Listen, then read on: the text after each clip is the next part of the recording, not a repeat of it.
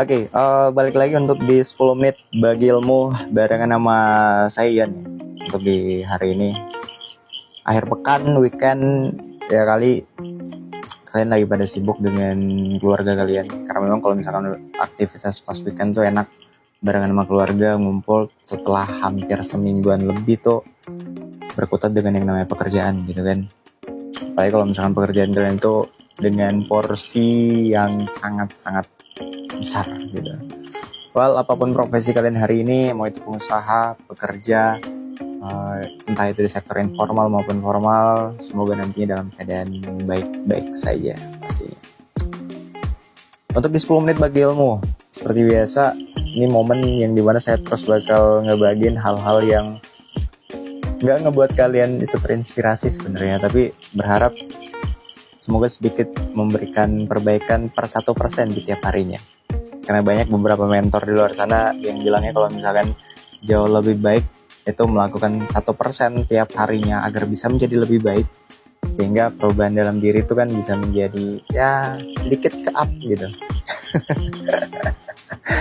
Well, kali ini seringkali banyak yang nanya ya, apa sih bisnis yang paling bagus atau bahkan paling potensial untuk di hari ini? Kalau menurut saya yang paling bagus, apa yang kalian kerjain hari ini?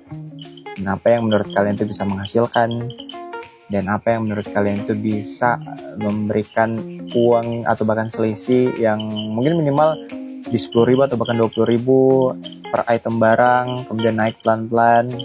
Itu kalian pasti bakal benar nyadar gitu kalau misalkan ketika saya harus punya penghasilan di 100 juta per bulan, artinya kalian harus menghasilkan selisih penjualan misalkan sampai di maybe 5 juta atau bahkan 10 juta. Sehingga kalau misalkan selisih budget atau mungkin selisih keuntungan di 10 juta dikali 30 hari, 10 kali 3, 30, oh kayaknya masih kurang. Berarti saya harus jual barang yang nilainya itu harus lebih besar lagi. Misal di 30 jutaan, keuntungan per item barang. Apapun ya, itu yang jelas selama itu halal, selama itu nggak merugikan banyak orang, selama kalian nggak ngejual yang namanya narkoba, selama kalian nggak ngejual yang namanya manusia gitu kan, human trafficking, it's okay, gas aja. Well,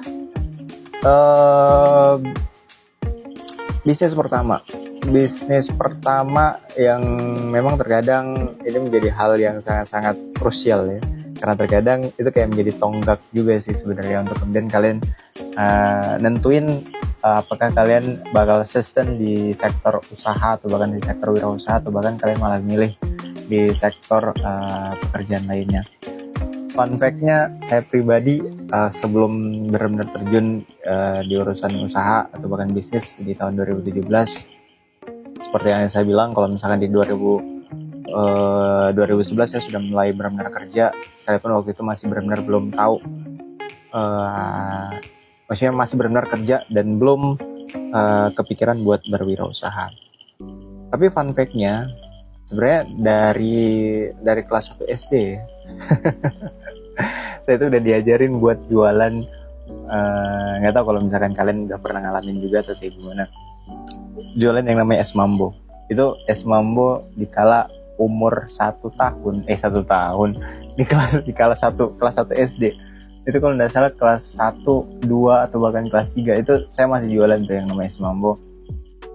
Es mambo itu kalau misalkan kalian di wilayah Palu dan sekitarnya pasti tahu lah ya, itu es dengan ukuran yang kecil yang kalau misalkan dijual waktu itu zaman gue tuh di 200 atau mungkin 300, kemudian naik pelan-pelan di 500, kemudian naik lagi di 1000-an.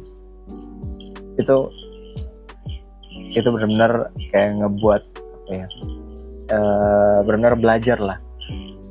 Dan yang buat waktu itu ibu saya, mama saya. Yang kemudian saya kemudian disuruh jual, itu pun waktu itu nitip sama pedagang di sekitar. Kemudian kalau tahu memang ada yang mau jual atau bahkan nitip barang juga sama saya untuk kemudian diambilin gitu, ya udah saya gas juga gitu. Dan waktu itu nggak begitu ngerti ya, maksudnya ini manfaat jualnya apa. Yang jelas waktu itu memang benar-benar hanya pengen ngebantu orang tua aja, karena memang ya ekonomi juga yang saat itu nggak sulit-sulit banget juga sih sebenarnya. Cuma memang ya harus ikut ngebantu gitu.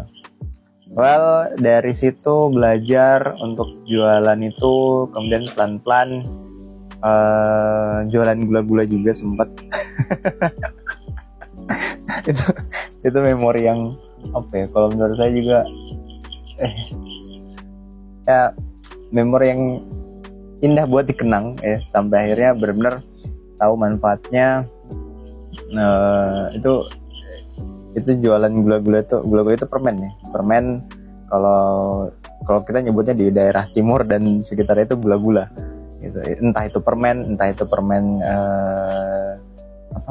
permen karet atau bahkan relaksa bla bla bla, yang pokoknya hal-hal yang memang saya jual per item gitu. Itu dibeli per bungkus besar dan kemudian dijajakan sama teman-teman gitu. Dan dibilang dapat untung besar juga enggak sih, cuman yang jelas itu menjadi apa ya, cikal bakal sih sebenarnya. Dan orang tua hanya sekedar pengen ngajarin kita untuk nyari duit itu seperti ini, dan sesusah itu memang nyari duit. Kemudian pelan-pelan di masa SMA, bukan masa SMA ya, masa SMP atau mungkin SMA lah, lupa juga sih, pernah jualan yang namanya pulsa gitu. Dan ya jualan pulsa juga dimodalin sama orang tua saya. Waktu itu nggak banyak ya, paling hanya 200 bukan 300 ribuan. Waktu itu hanya pengen coba juga sih, dan ya endingnya juga nggak begitu maksimal jalannya, karena memang banyak juga yang ngutang ya. Teman bilang ya udah isiin dulu nanti besok dibayar, padahal besoknya nggak dibayar, gitu-gitulah. Dan memang itu kayak momen jadi nge-trigger sih sebenarnya. Dan kalau toh memang momen-momen seperti itu, entah kalian sadar atau mungkin tidak, itu kayak jadi momentum untuk nge-trigger kalian untuk kemudian oh ternyata seperti ini konsep dari cara nyari duit. Dan ya alhamdulillah setelah melalui proses itu semua, jadi sedikit lebih paham ya, kalau ternyata memang bukan sesusah itu nyari duit ya. Cuma memang kitanya yang memang harus benar-benar belajar untuk di tahap dimana sampai kita paham, oh seperti ini dan seperti itu. Well, bisnis pertama kalian itu apa? Itu menjadi sangat menarik ya. Ini di bisnis dalam artian yang memang benar-benar, entah itu ketika kalian mulai saat SD, atau bahkan ketika kalian mulai saat SMA, atau bahkan ketika kalian udah benar-benar selesai dari bangku kuliah atau bahkan selesai dari bangku SMA, kemudian terjun ke dunia bisnis gitu.